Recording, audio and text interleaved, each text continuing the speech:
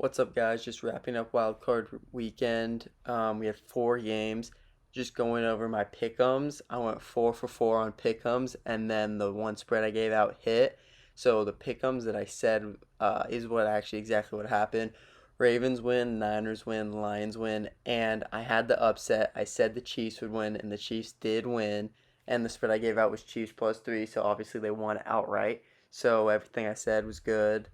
Just now going into the first game that happened on Divisional Round weekend, Texans Ravens. This was really only the true blowout. All the other games were pretty close and interesting to watch. The Ravens, it was kind of a slow start for both teams, but what really just hurt Texans is they had just so many penalties. It was at five false starts. They kept kicking themselves, um, and it just kind of made it hard for them to get any points. And the Ravens are a great team. It was close at half, and then the Ravens just turned it up offensively and then just absolutely shut down the Texans. I think CJ Stroud's still a really good quarterback. They're gonna have a really good season next year, but the Ravens are a buzzsaw right now. So after halftime, it pretty much just became an absolute blowout. Lamar threw two touchdowns, ran in another two, had a perfect passer rating, had 100 yards rushing. Lamar was on one, so it was pretty much all Ravens, especially in that second half. Now moving on to the second game where we almost witnessed a huge upset. The Green Bay Packers took on the 49ers, and it was a very, very, very close game. The 49ers looked really, really, really bad, to be honest. Debo Samuel gets hurt early, and it just at halftime it was a pretty low scoring game. What was it, 6-7? Green Bay was up by 1 point, and so it was very much wow, the Packers could actually steal one here. Because the one thing you don't want to happen when you're supposed to win is a close game going into half that hasn't scored a lot of points. So it's not like one of those things where it's a shootout. And then the Packers actually took a lead multiple times in the third quarter, where it's kind of like, okay, the Packers might actually do this, but in the end, the 49ers end up holding on. Brock Purdy leads them down the field when it mattered most. He was having a very bad game, but in the end, Brock Purdy gets it, and the game ends with a Dre Greenlaw interception. The Packers looked really, really promising in what should have been a rebuild year.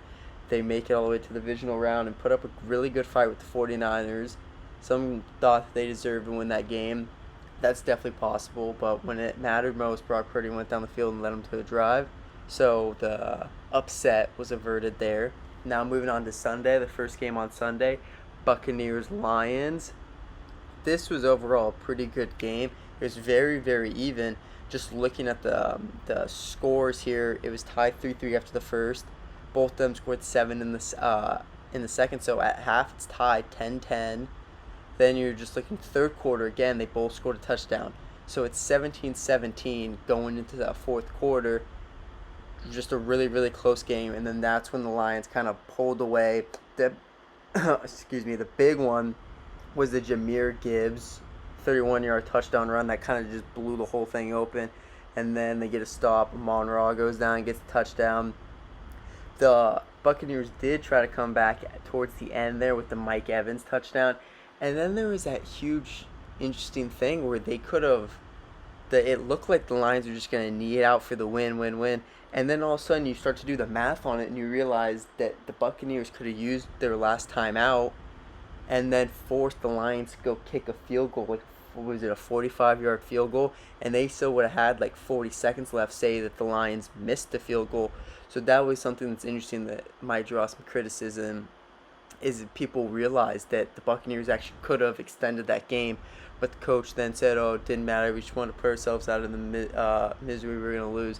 But they really actually had a chance to maybe do something there with 40 seconds left. Say the Lions, a 45-yard field goal is not a gimme, so the Lions could have really missed that. Buccaneers take over at the 40 and then just have to go down 60 yards. You never know what could have happened. But then moving into probably my favorite game of the weekend, Chiefs at Bills. These games always are just electric, and this one was no different. There was very, very interesting touchdowns. It was, for most of that game, the Chiefs could not stop the Bills' run game. The Bills were running all over them repeatedly, and it was very, very frustrating as someone who had Chiefs +3, but not only that, said that they would win outright, which I bet on. It was very, very frustrating to watch the Bills just repeatedly run the ball because the Chiefs were so explosive on offense that they were getting so many yards every single play. But the Bills, it almost felt safer to me because the Bills were getting, like, they were just super long, methodical drives, run for 5 yards, 6 yards, Josh Allen scramble, where it just almost seemed like the Chiefs are scoring so fast that it's like, is that sustainable? Ended up being sustainable. But the first big break for the Chiefs was the Travis Kelce 22-yard touchdown in the second quarter to get the lead to be 13-10. And I really thought that was going to be big, that they were going to be able to go into the half with a lead.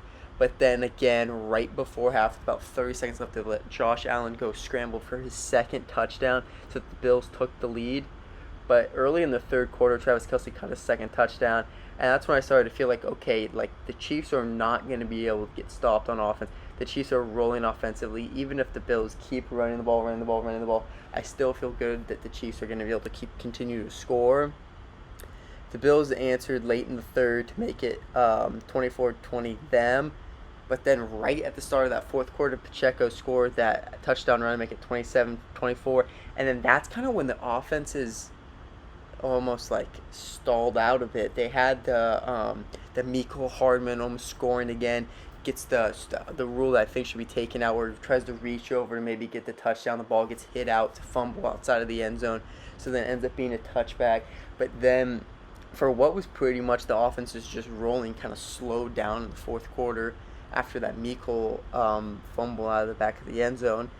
And, the Bills had a chance there at the end to go kick that field goal and tie it up. But that doesn't even say that that game would have went to overtime, because Patrick Mahomes still, minute 30 to go down the field and go get a field goal themselves to win it outright. So you never really know. But yes, Tyler Bass does kind of shank it right, I believe. And so kind of just an unfortunate ending to the Bills season, as it kind of just seems like they can never get over that hump of the Chiefs. They have such a good team. But, it'll be interesting to see what they do this offseason, because they are one of the best teams. It was a great game, super, super close. Josh played great, in my opinion. Both quarterbacks played great. So just tough outcome for them, as I feel like they are a very, very good team. But, the Chiefs have won multiple Super Bowls now at this point because of that. So just looking at next week, I'm not going to go into my predictions, but just looking at the games, both of them are happening on Sunday. The first one is Chiefs-Ravens. The second one, Lions-49ers. I think the Chiefs-Ravens game could be really, really, really good, so I'm excited to watch that one. And I'll go more into depth about how I feel in my predictions for those games in a video later this week. But overall, I enjoyed the divisional round. I hope you guys did too. See you guys next video. Later.